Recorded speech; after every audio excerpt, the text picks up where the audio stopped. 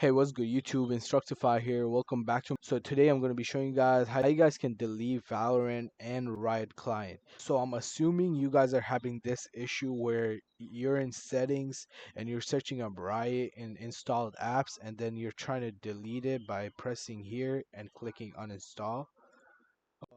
It says unable to uninstall Riot Client. So what you want to do first is go here in your search bar, search for Riot Client. So Riot, then open file location.